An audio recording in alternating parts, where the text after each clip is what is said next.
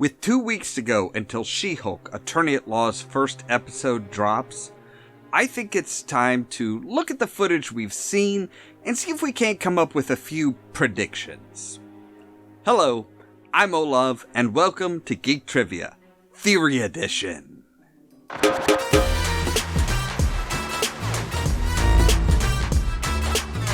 up a mountain and climbing a tree, twisted like a snake and busy like bees. Don't know what the is wrong with me. Don't know what the is wrong with me. Pumping up the volume to 90 degrees, dancing to a song till I drop to my knees. Don't know what the is wrong with me. Don't know what the is wrong with me. So with the trailer and the I'm a Hulk featurette, we've got a lot of information, but not on the overall direction the series is going to take. Is Jennifer Walters going to be a superhero, an attorney, or is she going to find a balance between the two? I think it's fair to say that she's going to find some sort of balance. Now, a lot of people have been focusing on the superhero aspect of the show. What villains is she going to face? Who is she going to team up with? How long does she keep denying that superhero part of her life? I'm honestly more interested in the attorney aspect because there's a lot going on there. We will learn from the trailer that her first client is Emil Blonksy, also known as Abomination. She tries to get out of the case because he tried to kill her cousin. That's a little unfair, really, since in Edward Norton's Incredible Hulk, Blonksy wanted to stop the Hulk, and only took the gamma treatment to get on Hulk's level. Now you may be wondering, why would anyone represent an alleged super criminal? That comes down to the US Constitution. Every person accused of a crime in the United States has the right to a fair trial in a court of law, as well as legal representation by a certified attorney. And Blonksy, being her first client, is going to teach her a lot more about super criminals than she could possibly predict. See, Blonksy became Abomination as part of his military career, and did it to stop the Hulk. Remember, at this point in the MCU, the Hulk wasn't a hero. He was an angry, rampaging green machine. When he hulked out, he had no control. He caused tons of damage and put the lives of everyone in the immediate area in danger.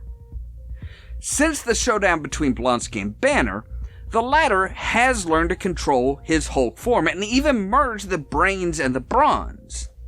In Shang-Chi, we see that Wong, now Sorcerer Supreme, has been working with Blonksy to get his Abomination form under control, to the point of fighting him in a cage match surrounded by a screaming audience. Blonksy is now capable of switching by his own choice and is much more in control of himself. This is going to show Walters that he's not really a villain. He went through the same torment that Banner did, and has worked on containing the rage monster he once was. If her cousin can do it, why not Blonksy? In fact, if Blonksy is convicted of being a criminal, how long before Banner is brought up on charges also? Her boss, when she raises her conflict of interest, shrugs it off. He doesn't care. I have a serious conflict of interest. This man tried to kill my cousin, Bruce. Yeah, that's quite all right. Oh. Why would he insist that an attorney defend a client she doesn't want to defend? Because he doesn't expect her to win.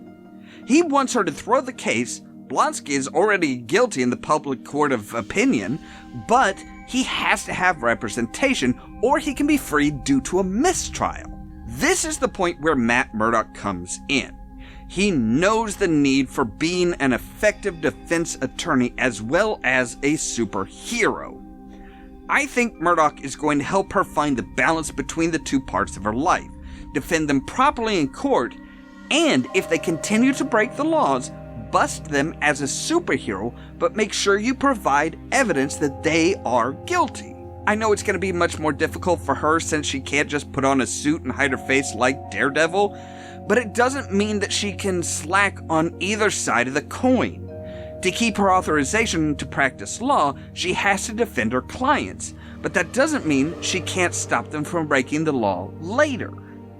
It's a fine balance that only Murdock can really help her with, so it makes sense that he's going to play a major role in the series. As far as Blonksy, I think it's pretty safe to bet that he is going to be found not guilty. Possibly by a bit of aid from Val, who has been rounding up the typical members of the Thunderbolts, a group that has already been announced to have a movie in Phase 5 scheduled to release July 26, 2024. Banner is most likely going to push for Walters to slack off on his defense. If you want to go back to your life as a lawyer, I respect that. He doesn't mean that. While Wong is going to defend Blonsky by showing the work he's done to calm him down. Her boss is going to push for her to do just enough to properly defend her client, and then Murdoch is going to show up to solidify her resolve to be a good attorney. And for a bonus mini theory, I think that the way Walters gets her Hulk powers is showing that another face from the Norton Hulk movie is going to be brought back. Instead of transfusion as they did in the comics, it's an accidental transfer of a small amount of Banner's blood into Walters. We've actually seen something like that before without much of a payoff. In the 2008 Incredible Hulk, we see Samuel Stearns, played by Tim Blake Nelson, not only experimented on Blonsky, but also got knocked around the lab, cutting open his head, and a smashed vial of Banner's blood dropping down into the open wound.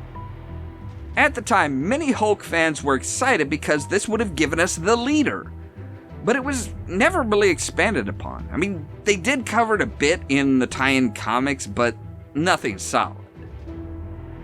Given that She-Hulk is going to show that accidental blood contamination can cause a change, I think they're setting up the leader to return, fully changed with his vastly increased intelligence. It's kind of a shame that most of Hulk's rogues gallery has never really been seen because he never got another solo movie after that. He was always just part of someone else's story. Maybe with the expansion of gamma-powered people, they'll finally give Ruffalo a shot at his own movie. So those are my predictions for She-Hulk Attorney at Law. What do you think? How much of a focus do you think Walter's attorney career is going to play in the series versus her reluctant superhero career? Are we going to see Blonsky given a second chance, same as the Hulk, or is he going to double down on just being a villain? What role will Daredevil play in the series, and do you think we'll ever see the leader again? Let me know your thoughts down in the comments down below. As always, thank you very much for watching. If you liked the video, make sure to hit the like button, and if you're new here, don't forget to press the subscribe button so that you can stay tuned for more from Ollamh Productions. Cheerio! Hey, thanks for watching to the end. If you like our videos, you can help the channel grow by giving it a like and sharing it for others to enjoy. If you want to help the channel out even more, you can find our Patreon link right down there. And of course, other videos here to enjoy yourself.